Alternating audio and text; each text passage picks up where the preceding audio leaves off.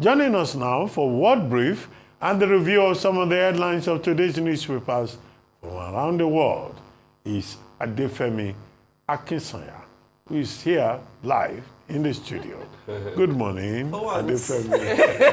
Good morning, Dr. Rubin. Doctor, she has done more. She has fulfilled every implication. I have. But you were not here on Friday, that's true. But you know, she has fulfilled Okay, but don't worry. I'll get my own implication. You will. You will as always. And we've also seized your passport There just is for that now. too, so I'm with you guys. Good morning to you all. I hope you all had a great weekend. Yeah. All right, so let me tell you about what is happening around the world. And US President Joe Biden has given the green light for Ukraine to use long-range missiles supplied by the country to strike Russia. A US official has also confirmed the move. It's a major change of US policy it has already confirmed this news. Now, for months, Ukrainian President Volodymyr Zelensky has been urging that the restrictions on the missiles be lifted, which would allow Kyiv to strike outside its own borders. Russian President Vladimir Putin has previously warned Western unions against such a move, saying it would represent the NATO military alliance's direct participation in the Ukraine war. Washington's decision on the missiles is hinged in terms of being limited to the defense of Ukrainian forces inside Russia's Kursk region, where Kyiv launched a surprise incursion in August. In effect, the Biden administration is telling Ukraine that it will support its efforts to hold on to the small chunk of Russian territory it currently occupies as a powerful bargaining chip for any possible negotiations in the future. Moving on here to Nigeria, and Nigeria has honored Prime Minister Narendra Modi with its highest national award, the Grand Commander of the Order of the Niger, in recognition of its leadership and contributions to strengthening bilateral ties. Modi, who is the second foreign dignitary to receive this distinction, dedicated the award to the people of India and the friendship between the two nations. The award citation praised Modi's leadership, positioning India as a global powerhouse and fostering unity, peace and prosperity. In his remarks, Modi expressed gratitude to the Nigerian government and the Nigerian people, as well as emphasizing the close cooperation between the two nations, particularly in areas like the economy, energy, agriculture, security, and culture.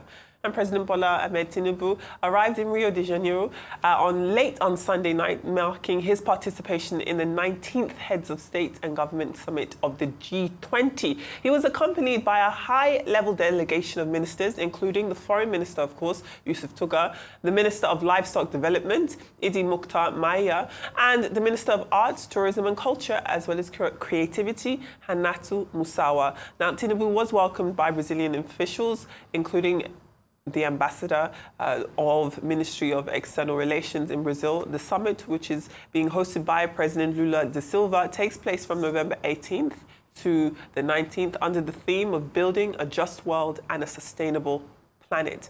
And finally, Chidinma Adesina, the 22-year-old beauty queen who represented Nigeria at the 73rd Miss Universe pageant, has expressed her excitement after finishing as the first runner-up, which is second place, at the competition's grand finale. She lost out to Miss Denmark. Adesina originally competed in the Miss South Africa contest as she was born and grew up in the country. However, as we all know, she was subjected to xenophobic abuse because her father is Nigerian. Last month, the South African authorities did say that they would strip her of her identity papers following allegations that her mother, who is from Mozambique, had committed identity fraud in order to gain South African nationality. But it definitely, as you can see, has a beautiful ending story, very, very close to winning. And definitely in terms of representation for Africa as a whole, it is wonderful to see a black woman, a black face, do so well in this competition. She was my actual winner of the night. I thought she had a very, very strong performance, answered her questions excellently well, but also a huge congratulations to Miss Denmark too. So for all the South Africans, you can't break a girl down. Because see, Vimba, don't get me wrong, I'm not saying crimes were not committed, which that should be dealt with. We're totally against committing any crime, identity crime against the law and things like that. But it was from a place of hate and spite. That's what the most South Africans were doing. She was bullied. You can see the girl now. You see, the South African president didn't even get to the final stage. She pulled out. You can see. So you see, one man's denial is another man's blessing. That's just it. One with God is majority, like they say. But please, your mother too should have fixed that problem. Never should that crime have been committed. And I'm very happy she brought joy to Nigeria. Definitely. Secondly, as regards Narendra Modi, yes, you can see the adulation on the public respect. I'm not saying Modi is perfect. He's got his own problems. Definitely. Stifling opposition, those riots in Gujarat, a couple of Correct. other things against his Kashmir name. too, yes. Kashmir, he's known to be a very, brutal person against some people that oppose him. But you know why they're celebrating him? He has built the Indian economy. The Indian economy has become the sanctuary of most eyes. You've seen growth. You've seen impact. You've seen a push. That's just it. Even if people accuse him that he's very chronist in nature, it's his friends like the Adani, he's made richer and all of that. He has built that economy. I think we should also learn from that. And that's why you see the public adulation he got. When can we also learn from that, our leaders to ensure to say, let's build Nigeria. Let's make it a whole lot better. And like they said, a lot of Indians have businesses here. Yeah, there's a huge Indian population in Nigeria. In fact, some of them were saying that the Indian companies put together are one of the largest employers of labor in this country. As regards America, this will tip the balance as regards the war.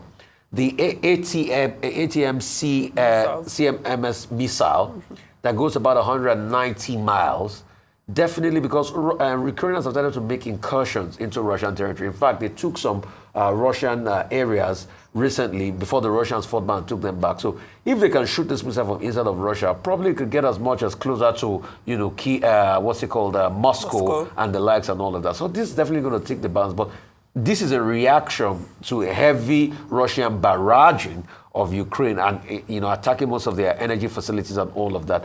This is a welcome development. I've always thought, why can't you allow them openly assault? But the fear they were having was they don't want to drag America into the war because of NATO and all of that. But at this point in time, since the Russians have got to get the North Koreans in, it's open season. Let's see. The situation in Russia almost reads like a self-fulfilling prophecy because, the nexus of this entire war was the concern about Ukraine joining NATO and Russia having an aggressor, if I may call it that, in such close proximity to their borders.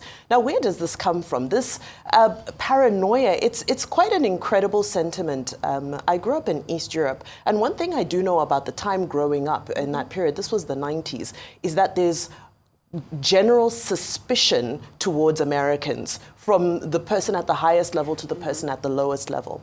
And for Yugoslavia at that time, this was manifested in, there were issues with Kosovo and a number of other places, accusations of ethnic cleansing to Slobodan Milosevic, and then against Serbia, yes. And then NATO came in and bombarded Yugoslavia. Now, apart from the bombings, what happened after that is that Yugoslavia then fell apart. It now became Kosovo, Macedonia, Serbia, and so forth, all became smaller countries. So now they're all Slavs, they're all family, if I may call it that. Whether they be Yugoslavs or Russians and so forth, they all belong to the Slavic, if I may call it, ethnicity.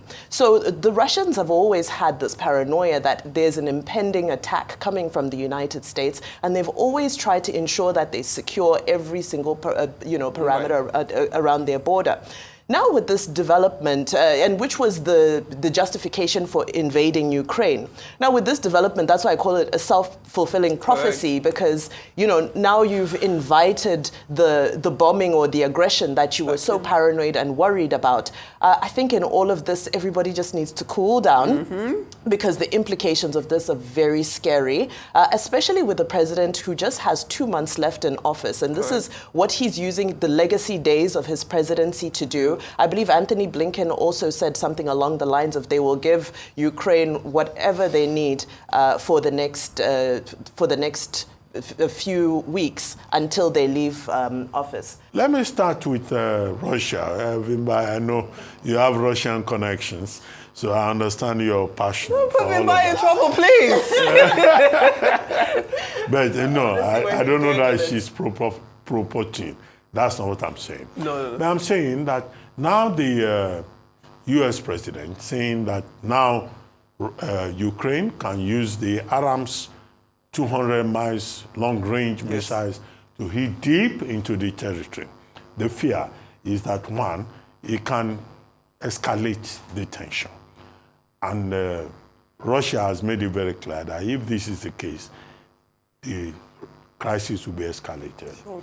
However, Biden is trying to send a message to North Korea. North Korea has 10,000 troops in the Kursk region, western Russia. And only yesterday, 10 persons were killed inside Ukraine, and the energy infrastructure was compromised. So Biden, on his way to Brazil, now comes up with this ahead of the G20 Summit. Mm-hmm. So the fear for the international community will be about escalation, so that there will be no escalation. The third leg of the analysis is what this means for Britain. Keir Starmer has been saying that he wants to meet with Xi Jinping on the sidelines of the G20 Summit. And in that process, he will try to see how they can place more emphasis on, British-Chinese cooperation. But will this motivate Britain to also deploy the storm shadows? So what the world faces is an increasing threat to world peace, whether, this will be the trend. However, all of this is to be seen against the background of Donald Trump taking office on January 20, 2025.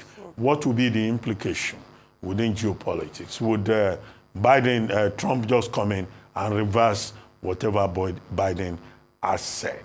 That's that about Russia. About Chidinma Adesina, well, this is a grace-to-grace story. Yes. This is also a story that is truly inspirational, that also inspires hope. This is a young lady that was rejected on the grounds of discrimination in South Africa, who has now become a superstar in the world. The last time that Nigeria showed up at this high level was in 2001. I think it was Oluchi Nwagba, or who was it? Agbani Darego, who was in the final 10. But now we have, a Nigerian. She won. Yeah, but for Miss Universe. Miss Universe. Thank I'm you, talking sorry. about Yes. Miss Universe. Yes. She was in the final 10 in the Miss Universe. Yes. Now we have a Nigerian as the runner-up. Yes. She's not just runner-up. She's now Miss Universe Africa, Miss Universe Oceania. Yes. So which makes it very big. And I would say congratulations to the Nigerian Diaspora Commission that first accepted her, and also to Silverbird, the Silverbird organization that gave her an opportunity to emerge, to participate in Miss Universe Nigeria. Now the South Africans are beating themselves. They are saying this is Nigerian witchcraft. We claim that witchcraft. We claim that witchcraft. And we say that the South Africans, well, whatever, even their contestants could not make it there, and at the end of the day, their contestants could not be on the global stage. As for Narendra Modi, yes. Well, congratulations to President Narendra Modi, and particularly also to President Bola Ahmed Tinubu. India is a very strategic partner. Indians have been doing business in this country since over 50 years ago. More than that. You know the companies. Churchgate is there, Chanrai, Chelaram, all the companies, Stallion, Afprint, GP, Rambazi, Sinola Food, Tata, Airtel, La Casera, even your La Casera that you drink, they are Indian companies. So we have very strong connection with India, the third largest economy in the world after the US and India. And I think that it's a good thing that we are celebrating that identification, and which again shows the common sense of President Bola Ahmed Tinubu to forge that connection. What we can ask for is that Indian companies operating in Nigeria should respect our rules and the dignity of the Nigerian person. But as for the connection, even from food, some people go to Indian restaurants. Some people are beginning to wear Indian couture, but we welcome President. Definitely. And we hope that when President Tinubu goes to the G20, as he has already, that he will make the best opportunities available at that G20 summit, having been invited as a representative of the African Union. Thank you very much. Thank you all for your comments. Let's move on to newspapers. We do have limited time, but let me tell you what's happening around the world on the front pages of our papers. We begin in Nigeria, of course, with the front page of This Day. And the front page of This Day reports, of course, on Lucky Aiyedatiwa's victory in the Ondo State polls, clearing all 18 local government areas. He dedicated his victory to the late Rotimi Akeredolu. This Day also joins the Daily Sun in reporting that former President Olusegun Obasanjo has called for the sack of INEC Chairman Mahmoud Yakubu and other officials as part of a reform of electoral processes in Nigeria. Perhaps he may not have been the greatest messenger, since his comments have triggered conversations about hypocrisy, causing some commenters to take a closer look at his own leadership. That being said, the Daily Sun also has importers preparing for a bleak Christmas as cargo volume dips by 40%. Pushed down by high clearing costs and a soaring exchange rate.